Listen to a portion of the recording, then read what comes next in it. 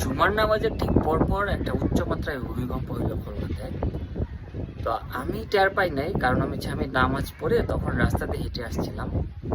যবে মাত্র আমি বিল্ডিংয়ে ঢুকবো তখন দেখলাম বিল্ডিংয়ের বাচ্চা মহিলারা খুব চিল্লাচিল্লি করে নিচের দিকে নামতেছে। তো আমি জিজ্ঞেস করলাম কি হলো, তো তারা বললো যে ভূমিকম্প হয়েছে।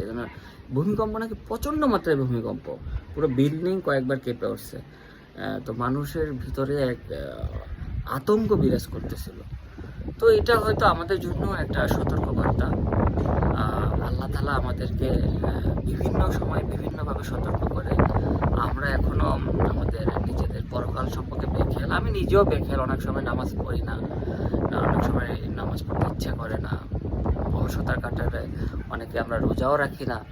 তো আমাদের আল্লাহ বিভিন্ন সময় সতর্কগুলো দিচ্ছে, সতর্কবার্তাগুলো আমাদের আসলে এখনই সতর্ক হওয়া উচিত, এখনই আমাদের পরকালের জন্য প্রস্তুতি নেওয়া উচিত। এই ভূমিকম্প আর একটু স্থায়িত্ব হলে দেখা গেল যে বড় বড় বিল্ডিং ধসে পড়তো, প্রচুর পরিমাণে প্রাণহানি করতে পারতো। তো এই সতর্ক সংকেত আল্লাহ আমাদেরকে দিচ্ছেন, আমাদেরকে হয়তো সংশোধনের সুযোগ দিচ্ছেন। হয়তো কোনো এক শুক্রবারে দেখা গেছে প্রচণ্ড ভূমিকম্পে আমরা একদম আমাদের সলিল সমাধি হয়ে গেছি, আমরা মাটির নিচে চলে গেছি। তো আল্লাহ আমাদের এই ভূমিকম্পকে একটা সতর্কতা হিসাবে দেখার তৌফিক দান করুক, এবং সকল মুসলিম উম্মাহকে আমাদেরকে সঠিকভাবে চলার তৌফিক দান করুক। এই ভূমিকম্প বেশ কিছুদিন ধরে হচ্ছে।